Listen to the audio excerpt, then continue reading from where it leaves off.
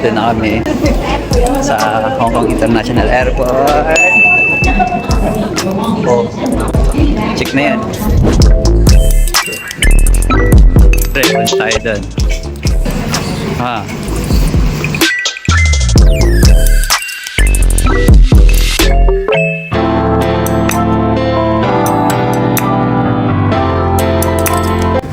Tangad yan eh.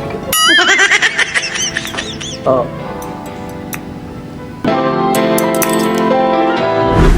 Pupunta na kami sa immigration. Hindi kayo maliligaw sa airport nila kasi marami dito instruction, mga signage kung saan pupunta. Kaya to, katulad nito. Yan, hindi ka maliligaw dyan.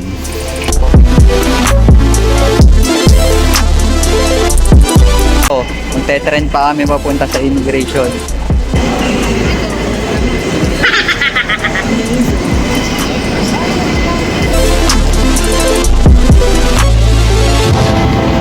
Sobrang bilis ng takbo din ng tren. Parang 80 kph yata yung takbo. Please exit from the train.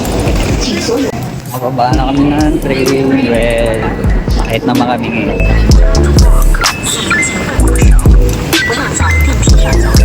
Visitors.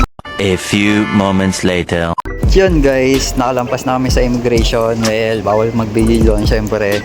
At yun, kukunin na namin yung octopus card namin. Then yung power bank. What? Wi-Fi? Packet wifi.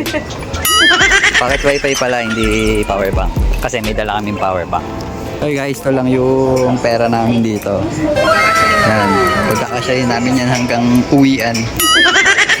Bawal na mag-withdraw ulit.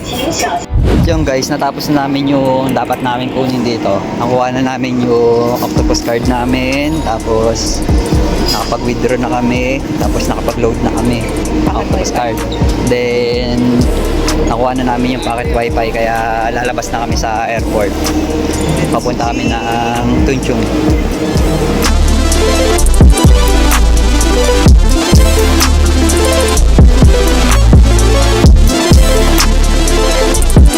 Guys, nakalabas na kami na airport. Then syempre hanapin mo tong bus terminus na to. Yan, bus terminus. Yan guys, punta tayo ngayon sa Tunchung. Well, bus S1 yung sasakyan natin.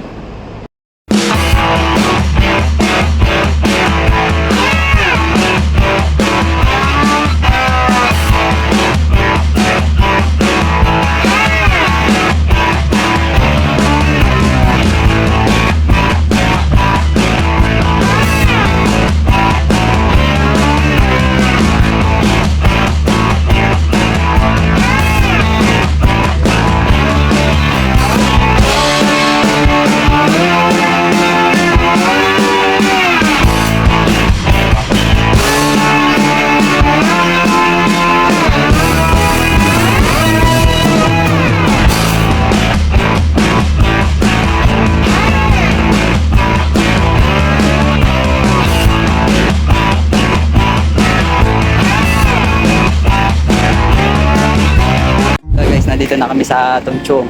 Well, ito yung Ruben City Gate. Yan.